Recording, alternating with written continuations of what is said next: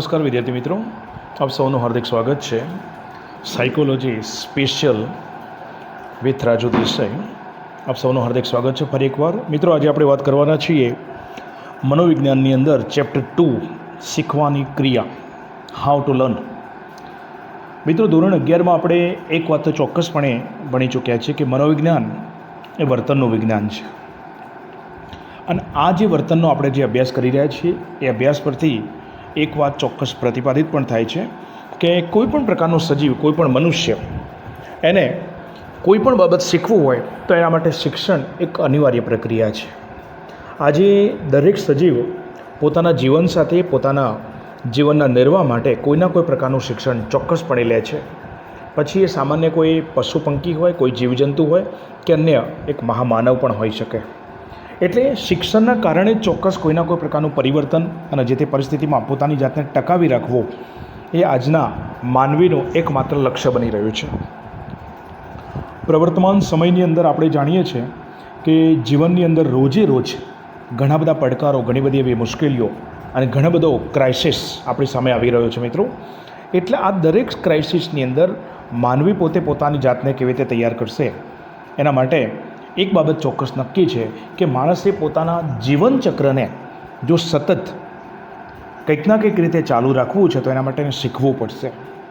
એટલે શીખવા માટે મોટેભાગે માણસના જે વર્તન છે એ વર્તનો પણ એટલા જ જવાબદાર છે.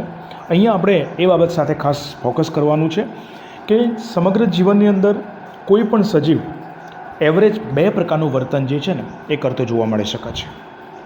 જેમાં છે નંબર 1 સાહજિક વર્તન અને બીજો નંબર છે શિક્ષિત વર્તન. મિત્રો, હવે સાહજિક વર્તન શું અને શિક્ષિત વર્તન કોને કહી શકાય? સાહજિક વર્તન એટલે એક એ પ્રકારનું વર્તન કે જેની અંદર આપણને કોઈ શીખવાની જરૂર નથી. મિત્રો, સાહજિક વર્તન માટે કોઈ પણ પ્રકારના પ્રાણીને, કોઈ સજીવને કોઈ ચોક્કસ એવું અગાઉથી શિક્ષણ આપવાની જરૂર પણ રહેતી નથી. એ પોતે પોતાની મેળે આપમેળે શીખતો હોય છે. એક્ઝામ્પલ, ધારો કે એક નાનો બાળક છે મિત્રો. હવે એ નાનો બાળક જન્મથી લઈ અને એવરેજ 3, 4 કે 5 વર્ષ સુધી થાય ત્યાં સુધી પોતે પોતાના પરિવારની સાથે જ હોય છે. એ શાળામાં પણ ગયો નથી. પણ એ સમય દરમિયાન તમે જુઓ કે એને સ્ત્રીલિંગ અને પુલ્લિંગનો ભેદભાવ ખબર પડે છે. પપ્પા આવ્યા, મમ્મી આવી બધી બાબતો બહુ સારી રીતે સમજી શકે છે. એ ક્યારેય પણ એવો કોઈ ચોક્કસ સ્ત્રીલિંગ કે પુલ્લિંગમાં કોઈ ભેદ નહીં કરી શકે. એ એની અંદર કોઈ એવો વિચ્છેદ કરશે જ નહીં. ક્યારે પણ એવું નહીં કે એક્ઝામ્પલ કે પપ્પા આઈ કે મમ્મી, બરાબર છે, જસ્ટ એન એક્ઝામ્પલ. એટલે એનો મતલબ એ થઈ ગયો કે આવા જે અલગ અલગ પ્રકારના જે લક્ષણો છે એ બાળકની અંદર પોતાના જનીનમાં હોય છે, એના જીન્સમાં હોય છે ટૂંકમાં. એટલે દરેક સજીવ જન્મથી જ કેટલીક એવી જન્મજાત શક્તિ જે પોતાના બર્થ પાવર સાથે સંકળાયેલી છે અને એની સાથે આ મર્યાદાઓ પણ છે કેટલીક. એટલે દરેક બાળકની અંદર, દરેક સજીવની અંદર કેટલીક એવી જન્મજાત શક્તિઓ શરૂઆતથી જ છે, જન્મતાથી જ છે. અને એ પોતે એ જન્મજાત શક્તિઓનો ચોક્કસ પ્રકારનો સહારો લઈ, એનો આધાર લઈ અને પછી જે વર્તન કરે છે ને એ સાહજિક વર્તન છે. મિત્રો, બુક્સની અંદર પણ આપણને એવું એક્ઝામ્પલ આપેલું છે કે ધારો કે કીડી છે તો કીડી પોતે પોતાના ખોરાકના કણને ખેંચી શકે છે. ગાયનું બચ્ચું, વાછરડું, એ જન્મતાની સાથે જ થોડીક જ વારમાં તમે જોજો પોતાની માતાના જે આંચળ છે એને વળગી અને પોતે પોતાની ભૂખ સંતોષી શકે છે.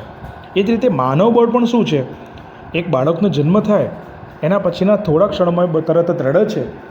આ બધા પરિબળો, આ બધા જે ઉદાહરણો આપણને બતાવી રહ્યા છે મિત્રો, એનો મતલબ એ કે આ બધા જ સજીવો એ આફ્ટરઓલ ક્યાંક ના ક્યાંક જન્મજાત શક્તિ લઈને જ જન્મેલા છે ટૂંકમાં. કે કેવી પાવર એમના અંદર, એમના જનીન તત્વોમાં પડેલી છે. મિત્રો, ટૂંકમાં દરેક મનુષ્ય, દરેક સજીવ પોતાની મૂળભૂત પ્રેરણાઓ પોતે પોતાની જાતે જ સંતોષી શકે છે ને એના માટે એને શીખવું પડે છે.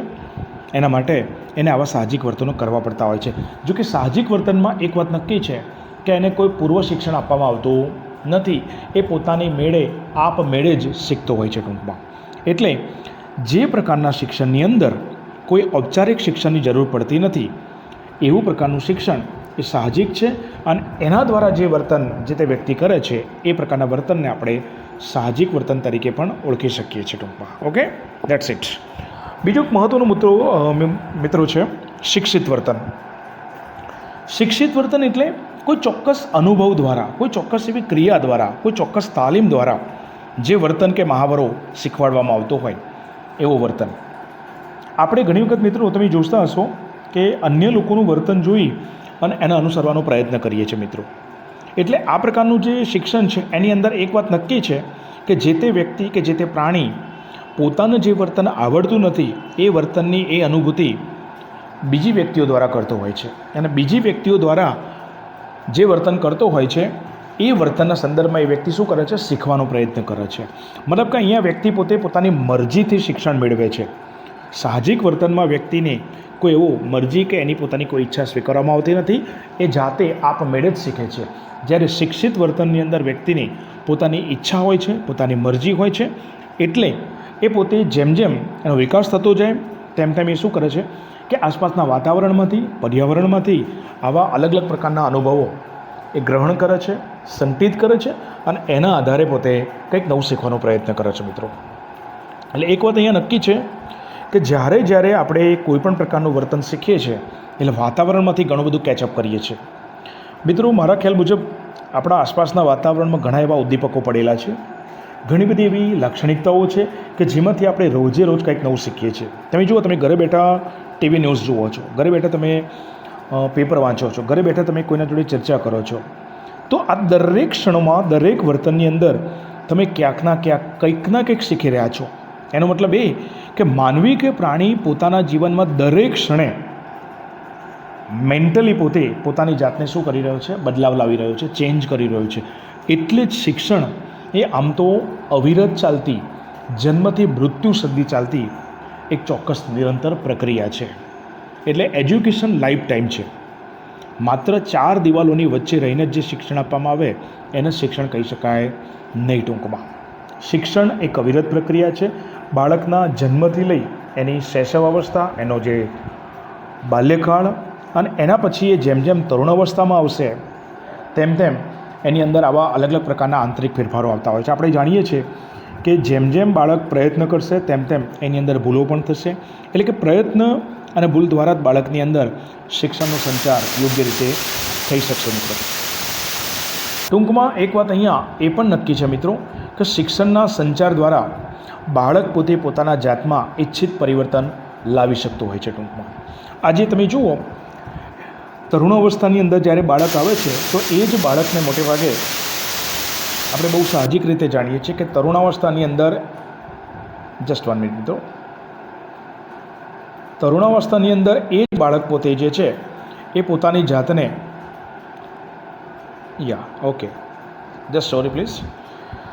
તરુણાવસ્થાની અંદર એ જ બાળક પોતે જ્યારે ચાલતા, બેસતા, ઉઠતા, વાતચીત કરતા શીખે છે. એ જ બાળકને આગળના સંદર્ભમાં પોતે જ્યારે યુવાવસ્થામાં આવે છે ત્યારે પોતે પોતાની જાત સાથે પોતાની આપમેળે એ સમસ્યાઓ અથવા જે મૂંઝવણો છે એનો ઉકેલ લેવાનો પ્રયત્ન કરતો હોય છે.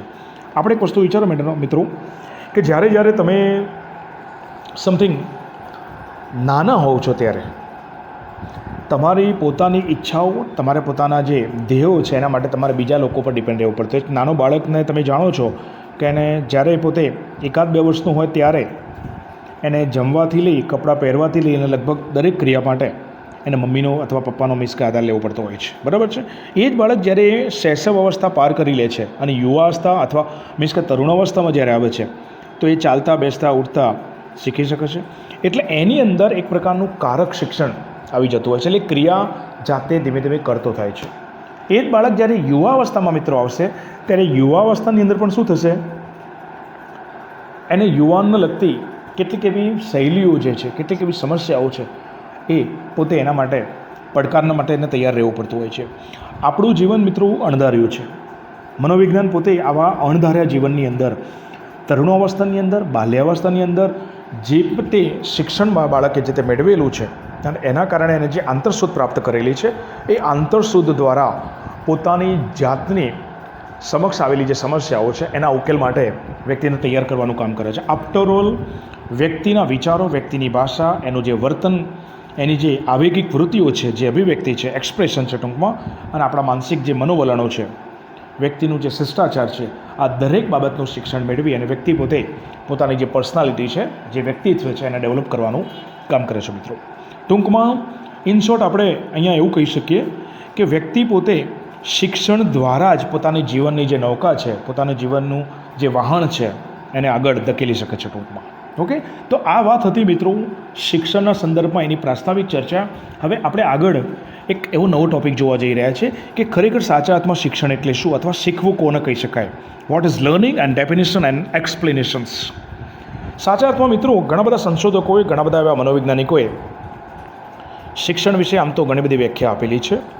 અને શિક્ષણ એક પાયાનો મુદ્દો છે, એક પાયાનો માર્ગ છે કે જેથી કરીને વ્યક્તિ પોતે પોતાનું જીવનરૂપી જે સંદેશ છે, જીવનરૂપી જે દીપક છે એને ઉજાગર કરી શકે છે. એટલે અહીંયા આપણે વાત કરીએ છીએ settee Morgan, the psychologist of America, એટલે કે અમેરિકન મનોવૈજ્ઞાનિક એવા સેટી મોર્ગને ખાસ મહત્ત્વની અને એક્ઝામ માટે મોસ્ટ આઈએમપી વ્યાખ્યા કહી શકાય, ડેફિનેશન કહી શકાય મિત્રો. શિક્ષણની વ્યાખ્યા આપતા સેટી મોર્ગન એવું કહે છે કે શિક્ષણ એટલે અનુભવ અને પ્રયત્ન કે મહાવરાથી વર્તનમાં થતો સાપેક્ષ કાયમી ફેરફાર. એનો મતલબ એ થઈ ગયો મિત્રો, શિક્ષણ કોને કહી શકાય કે આપણા જીવનની અંદર ચોક્કસ પ્રકારના અનુભવ, ચોક્કસ પ્રકારના વારંવારના પ્રયત્નો, સતત એનો મહાવરો, આ તમામ બાબતો કરવાથી આપણા વર્તનમાં જે કાયમી ચોક્કસ ફેરફાર આવે છે એને આપણે શિક્ષણ કહી શકીએ. એનો મતલબ એ કે શિક્ષણ એટલે અનુભવ કે પ્રયત્ન અને મહાવરા દ્વારા વર્તનમાં થતો સાપેક્ષ કાયમી ફેરફાર. આપણે વારંવાર એકના એક ચોક્કસ ક્રિયા કરીએ ને એટલે એ વસ્તુ પ્રત્યે આપણી જે સ્પેશિયાલિટી છે એ ક્લિયર થઈ જાય. જસ્ટ એન એક્ઝામ્પલ તમને આપું મિત્રો, ખાસ કરી અને ગર્લ્સ સ્ટુડન્ટ જે છે એમના વારંવાર આ બાબતની અનુભૂતિ થતી હશે. આપણે જ્યારે રોટલી બનાવવા બેસીએ ત્યારે ફર્સ્ટ ટાઈમ કદાચ રોટલી આઈ થિંક ગોળ ના બને, શ્રીલંકાનો નકશો પણ બની જાય. આ વાત આપણે વારંવાર ક્લાસમાં પણ કરેલી છે. હવે એક વસ્તુ નક્કી છે કે વન ટાઈમ કદાચ તમારાથી ભૂલ થાય, સેકન્ડ ટાઈમ ભૂલ થઈ જાય, પણ થર્ડ ટાઈમ ભૂલ ના થાય. અને એક વખત જો રોટલી ગોળ બનાવતા આવડી ગયું તો આ અનુભવ, આ જે ફેરફાર, સતત પ્રયત્નો, એના કારણે તમારા વર્તનમાં, તમારી ક્રિયામાં જે ફેરફાર આવશે ને એ કાયમી ફેરફાર હશે. પછી રોટલી ગોળ જ બનશે. Dates it. એક બોયઝ માટે એક એક્ઝામ્પલ લઈ લઈએ મિત્રો આપણે. એક વખત આપણે સાયકલ ચલાવીએ એટલે કદાચ શીખતા શીખતા પડી પણ જઈએ. ફર્સ્ટ ટાઈમ તમને પહેલી વખત ના પણ આવડે, બે વખત પડીએ, ત્રીજી વખત પડીએ, પણ એક વખત બેલેન્સ આવી ગયું, સાયકલ ચલાવતા પરફેક્ટ આવડી ગયું, મેચ્યોરિટી આવી ગઈ, તો પછી બે હાથ અદ્ધર કરીએ ને આપણે તો એ પણ ના પડીએ. બે હાથ ઉપર કરો ને તમે તો પણ મારા ખ્યાલ મુજબ લગભગ તમે ના જ પડો. એનો મતલબ શું થઈ ગયું કે સતત પ્રયત્ન કરવાથી આપણા વર્તનમાં ચોક્કસ સાપેક્ષ કાયમી પ્રકારનો ફેરફાર આવે છે. અને આ જે ફેરફાર આવે છે એ શું છે? એક પ્રકારનું શિક્ષણ છે ટૂંકમાં. ઓકે, એટલે સાયકલ એક વખત આવડી જાય પછી પડવાની બીક ના રહે, અને પછી પડાય પણ નહીં. પછી તમે 10 વર્ષ સુધી સાયકલ ના ચલાવો ને અને 11મા વર્ષે સાયકલ ચલાવવાનું ચાલુ કરો ને તો સાયકલ આવડે જ, પડીએ નહીં. એમ ગર્લ્સ માટે પણ એવું છે કે તમે 5 વર્ષ રોટલી ના બનાવી તો શું 6ઠ્ઠા વર્ષે તમને ભૂલી જવાય? ના, ઇટ્સ નોટ હેપન. તમારે રોટલી બનાવવાનો એક્સપિરિયન્સ, રોટલી બનાવવાનું જે શિક્ષણ તમે પહેલાં મેળવી ચૂકેલા છો, એટલે હવે આ પ્રકારનું જે શિક્ષણ છે એ તમારા માટે કેવું રહેશે? કાયમી થઈ જશે. Okay, that's it. એટલે સેટી મોર્ગનની વ્યાખ્યા એની અંદર મુખ્યત્વે 3 બાબતો છે. એક તો અનુભવ, મહાવરા કે પ્રયત્નનું શિક્ષણ છે, એના પરિણામ છે. અને એના કારણે શિક્ષણથી વર્તનમાં શું આવે છે? ચોક્કસ પરિવર્તન આવે છે. બીજું, આ પરિવર્તન કેવું હશે? કાયમી, સાપેક્ષ, એટલે કે તમને નજરમાં દેખાય, જેને સાપેક્ષ કહેવાય. સાપેક્ષ એટલે જે ડાયરેક્ટલી આપણને દેખાય છે કે ભાઈ પહેલાં રોટલી ગોળ બનતી નથી, શ્રીલંકાનો નકશો બનતો હતો, હવે ગોળ જ બને છે પૃથ્વી. પહેલાં આપણે સાયકલ ચલાવતા એટલે પડી જતા હતા, હવે પડતા નથી. એ આપણને સાપેક્ષ રીતે કાયમી દેખાય છે ટૂંકમાં. મિત્રો, તો સાપેક્ષ અને કાયમી સ્વરૂપનું આ જે વર્તન છે એ વર્તનની અંદર આપણે ચોક્કસ શિક્ષણ મેળવી શકીએ છીએ. અને આ પ્રકારના શિક્ષણની અંદર વ્યક્તિ પોતે પોતાની ઈચ્છાઓ, પોતાની અભિલાષાઓ, પોતાના અભિપ્રાયો ચોક્કસ રીતે કેળવી શકે છે ટૂંકમાં. ઓકે, તો મિત્રો આજે આપણે વાત કરી ખાસ તો કે કયા પ્રકારના શિક્ષણની અંદર કેટલી વાતો થાય અને એના અનુસંધાનની આપણે અહીંયા ચર્ચા કરી છે. નેક્સ્ટ ટાઈમ એક નવા જ ટૉપિક સાથે, એક નવી જ બાબત સાથે આપણે મનોવિજ્ઞાનમાં ફરી મળશું. ત્યાં સુધી તમે આ વિડીયોઝને વારંવાર જોતા રહેશો. Thank you so much. અને લાઇક અને સબસ્ક્રાઈબ પણ આપણે કરતા રહેશું. Okay, that's good. Thank you મિત્રો.